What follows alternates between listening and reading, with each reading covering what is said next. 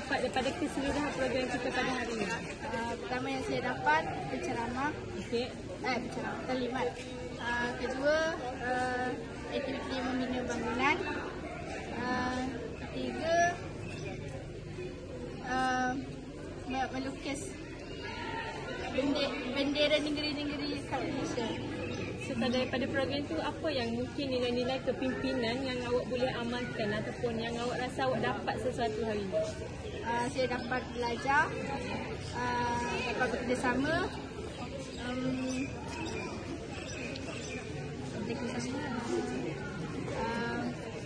dapat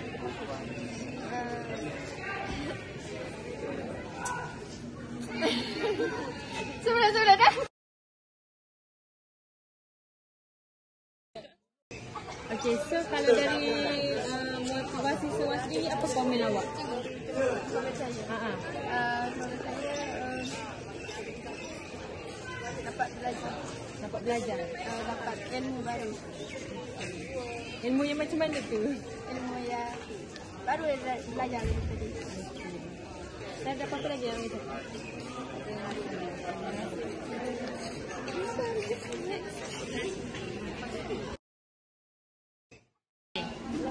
Soalan pertama, apa yang awak dapat daripada keseluruhan program hari ini?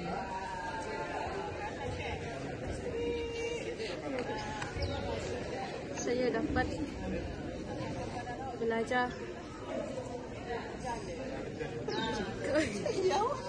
Okey, jaga apa yang sejujurnya awak dapat daripada program hari ini? Apa yang awak dapat? dapat bekerjasama. Banyak. Tadi dah tak terkawal saya tadi ada. Penduduk dapat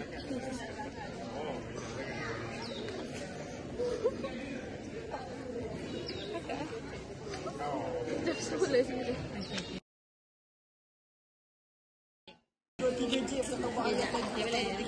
Okay, so apa komen awak ataupun apa yang awak dapat daripada keseluruhan program hari ini? Apa komen awak? Apa yang saya dapat dari program ini, saya dapat mempelajari banyak benda yang boleh memberi manfaat kepada pembimbing di luar sana. Dan ini kita dapat semangat untuk menjadi pembimbing dekat dalam sekolah ini. So kalau sewaktu silap motivasi sewaktu sendiri, apa yang awak dapat? Apa komen awak untuk silap motivasi sewaktu? Saya dapat semangat untuk menjadi pengawas yang bertanggungjawab kepada semua murid.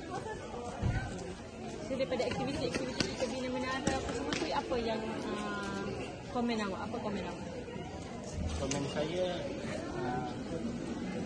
dapat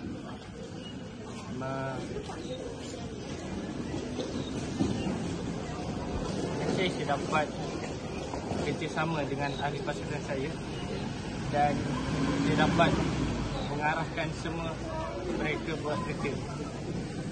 So awak suka tak program hari ini? Saya suka. Okey, terima kasih. Sama.